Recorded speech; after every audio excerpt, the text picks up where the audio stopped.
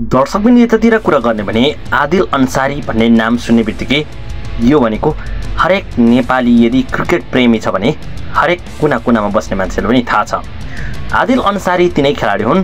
कुनै बेला उनको चाहिँ हेलिकप्टर शट भनेर पनि चर्चामा आएको थियो। तर पनि केही समय यता आदिल अन्सारीले खेल खेलेका छैनन्, किनभने उनको कुरा गर्ने भने चाहिँ नेपाल टी20मा जानी जानी नोवेल फालेको आरोपमा आदिल अन्सारी र महबुब आलमलाई चाहिँ आइसिसी र क्यानले चाहिँ ब्यान गरेको थियो र उनीहरूलाई चाहिँ मुद्दा खेपिरहेको अवस्था थियो। र आदिल अन्सारीको जति पनि फ्यान फलोअर्सले चाहिँ हामीले के एक्सपेक्ट गरेको थियौँ भने कुनै समय चाहिँ उनको जुन मामिलालाई लिएर चाहिँ सफाई दिने भन्ने कुराहरू पनि न्युजमा धेरै भाइरल भइरहेको थियो। सम्भवतः यो हामीले गत संस्करणको एनपिएलमै आदिल अन्सारीलाई हेर्न पाउँछौँ भन्ने आशा पनि धेरै लिएको थियौँ र त्यसबेला आदिल अन्सारीको न्युजहरू चाहिँ सफाई पाउने कुराहरू आदि इत्यादिहरू धेरै नै बाहिरिएको थियो। तर पनि यो चाहिँ फेरि सफल हुन सकेन र अन्ततः यो न्युजहरू फेरि आफसेप क्लोज भयो।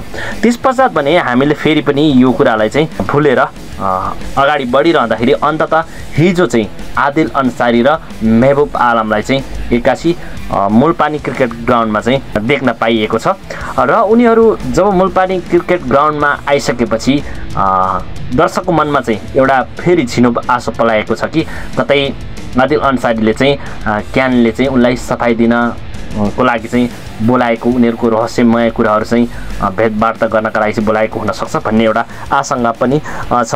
यहाँनिर कुरो गर्ने भने नेपाल टी20मा जानी जानी नोवेल फालेको आरोपमा क्रिकेट सङ्घ क्यानले हिजो मुलपानी स्थित कार्यालयमा बोलाएर रहस्यमय भेट गरेको छ। नेपालकै अदालतले यी दुई पूर्ण सफाई दिए पनि अन्तर्राष्ट्रिय म्याच फिक्सिङमा भएको आइसिसीले प्रतिबन्ध फुकुवा गरेका थिएन।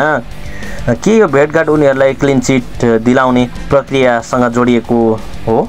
आधिकारिक जानकारी नआए पनि घटनाले केही नेपाली क्रिकेट समर्थक माझमा चाहिँ झिनो आशा पलाएको छ भनेर पनि यहाँ थोरै क्रिकेट फ्यानको लागि चाहिँ न्युज आएको छ, जसको कारणले गर्दाखेरि चाहिँ हिजो हामीले मुलपानीमा आदिल अन्सारी र महबुब आलमलाई देखेको कारणले गर्दाखेरि चाहिँ यो एउटा चाहिँ रहस्यमय भेटघाट चाहिँ क्यानले गरेको हो कि भन्ने खालको एउटा आशंका चाहिँ छ। वेल जे होस्, हाम्रो नेपाली क्रिकेट फ्यानको मनमा चाहिँ यही छ कि आदिल अन्सारी चाहिँ जसरी भए पनि छुट्नुपर्छ र आदिल अन्सारी जस्तो क्रिकेटर चाहिँ हाम्रो जुन अहिलेको नेसनल टिममा चाहिँ एकदमै आवश्यकता छ भन्ने मलाई लाग्छ। तपाईँहरूलाई के लाग्छ जस्तो खोज्दै कमेन्ट गर्नुहोला भन्दै बिदा हुन चाहन्छु। जय नेपाल, जय नेपाली क्रिकेट।